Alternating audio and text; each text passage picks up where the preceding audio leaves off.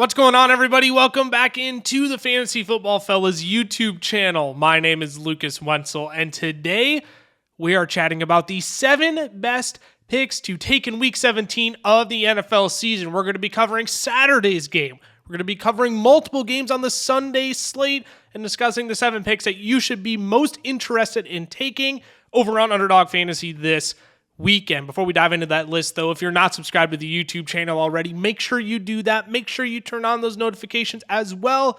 That way you'll be alerted when all of our newest content comes out during the season. 2 posts a day. You get a long form video like this and you get a short form video as well. We don't want you to miss out on anything that we post, so make sure you're subscribed. Make sure you turn on those notifications as well. Without further ado, let's dive on into the 7 best picks to take in Week 17 of the NFL season, starting with Saturday's game. Amon-Ra St. Brown higher than 79.5 receiving yards. Now, if you think this Dallas Cowboys defense is just as good as they were back in Week 1, they honestly haven't been the same really since Week 12.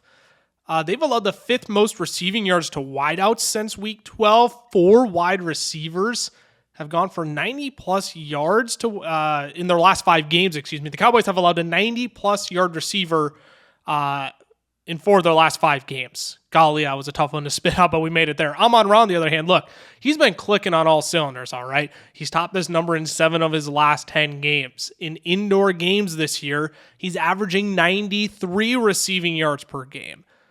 Now, both teams, they've already clinched a spot in the playoffs, but it's these 2 teams, the 49ers and the Eagles, who are all vying for the number 1 seed. So I'm expecting this game to have plenty of fireworks. Both teams are going to want to win this game. And I think Amon-Ra is going to play his usual massive role in this offense that leads to plenty of production. So I think the cards are stacked in his favor this week. Higher than 79.5 receiving yards for Amon-Ra St. Brown is our first pick to take this weekend. The second pick we're going to talk about, we're moving to the Sunday slate here. DeAndre Swift, higher than 68.5 rushing yards. And the process on this one is oh so simple. Efficient running back plays the league's worst defense. That's it. That's all. I can move on because that's all I need to tell you. But 5 running backs have gone for 95-plus yards on the ground against the Cardinals in their last 6 games. Khalil Herbert last week, 112. CMC went for 115 the week prior. Kyren Williams, 143. Devin Singletary, 112. Bijan Robinson, 95. Notice how 4 of them went for over 110 as well. I mean, Arizona, they've been allowing the most rushing yards to running backs since Week 10, and it makes a ton of sense. They're allowing 5.3 yards per carry. 5.3. That leads the league. In case you care. In case you couldn't figure that one out yourselves. Look, this is a smash spot for DeAndre Swift. Again, a must-win game for the Philadelphia Eagles. Assert your dominance. Pound the ground game. Let DeAndre Swift go to work. I know they got talented weapons on the outside, but this is a game the Eagles should dominate in. And Swift could get plenty of opportunity here. Higher than 68.5 rushing yards is our second pick of the week. The third pick we're going to talk about now, Nico Collins, higher than 59.5 receiving yards. And there are a lot of things to love about this projection. Number 1, he gets CJ Stroud back this week. Woohoo, quarterback 1 is back.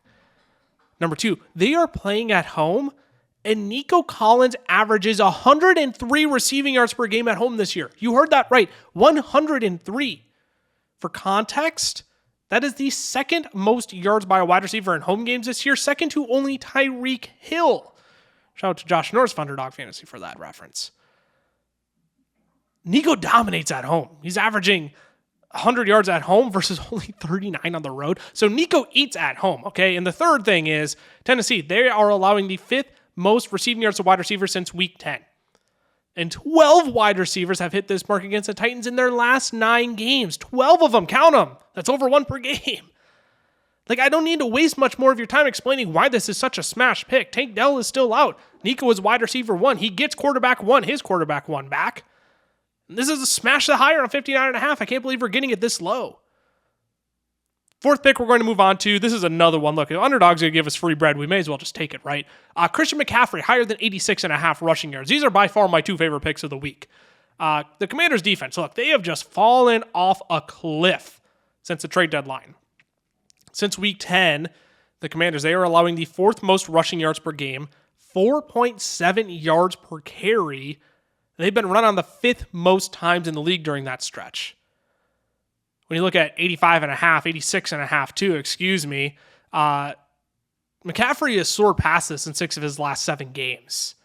And the 49ers, they're looking to bounce back after a dreadful loss to the Ravens on Christmas to maintain that number 1 seed. This is a must-win game for them too.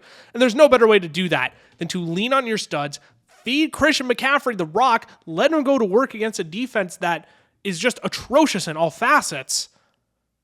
This is a hyper-efficient offense. I think plenty of these weapons are going to eat this week. I think the 49ers are going to be playing from ahead the entire game. Plenty of opportunity for Christian McCaffrey. Fire him up. 86.5 rushing yards. Take the higher there. Now, before we move on to the last 3 picks, I've mentioned you can take all these over on Underdog Fantasy. And this weekend, they are going to give out 2 free squares when you sign up with the promo code FELLAS for Saturday's game. If you catch this before Saturday's game, they are giving out a Dak Prescott free square of half a total yard. And on Sunday, they are giving out Jordan Love's free square at half a total yard. Now, to be clear, you're not going to get access to both. But if you sign up before Saturday's game, you'll get Dak's. And if you sign up after kickoff on Saturday's game, you'll get Jordan Love's for Sunday Night Football. The best part, though, is that they are going to match your first deposit up to $100. Again, got to make sure you use that promo code FELLAS. You'll get access to either of those free squares, depending on when you sign up. And they're going to match your first deposit up to $100. Promo code FELLAS over on Underdog Fantasy if you want to take any of those picks, those free squares on this weekend slate. Let's keep it moving, though. We got 3 more picks to cover. 5th pick we're going to talk about, Terry McLaurin, higher than 52.5 receiving yards. The 49ers, they have struggled against perimeter wide receivers. They are giving up the 5th most fantasy points to wide receivers lined up out wide this year.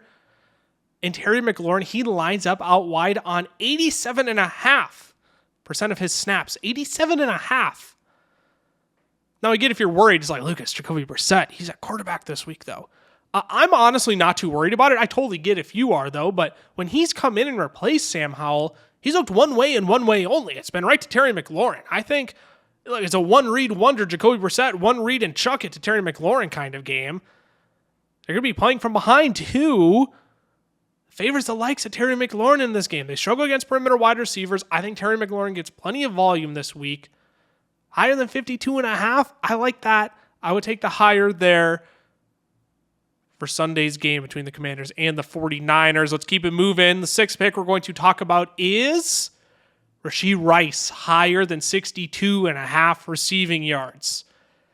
He made the list last week against the Raiders. 64.5. Take the higher, I said.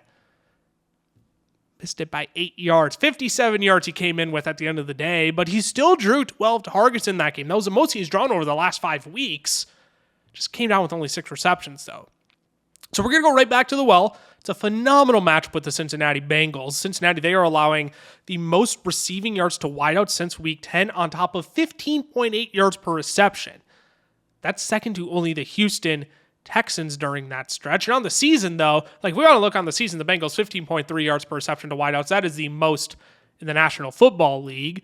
Rashee Rice, he had hit this mark in 4 straight games prior to last week as well. There is a small disclaimer here, though. In the forecast for this game, there are up to 16 mile per hour winds. 16.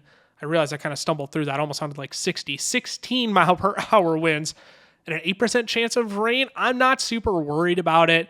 Rashee Rice isn't this perimeter downfield stretcher. That's what I'm trying to say. He's not a perimeter threat, right?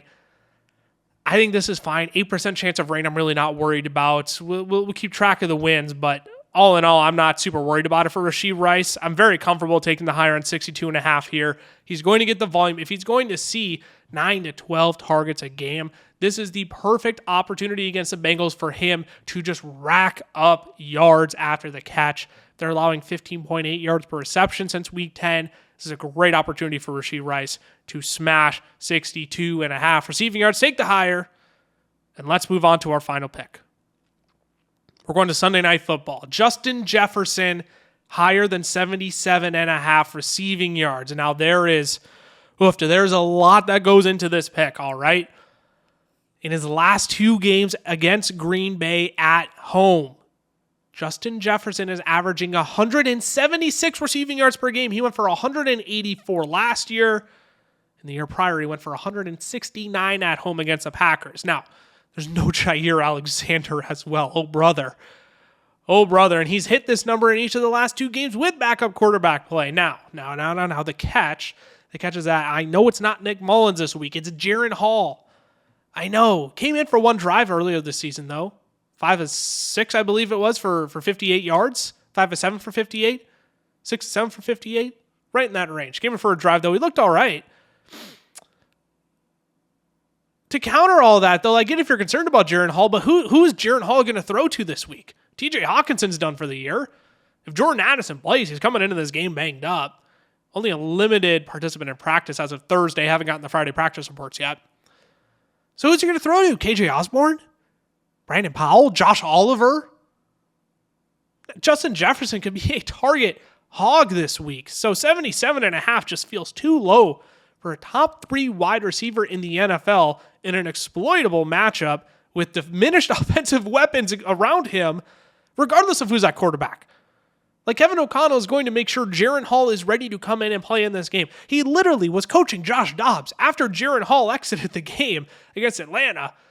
Josh Dobbs came in and Kevin O'Connell is literally coaching him as the game goes on. He's going to make sure Jaren Hall is ready to go.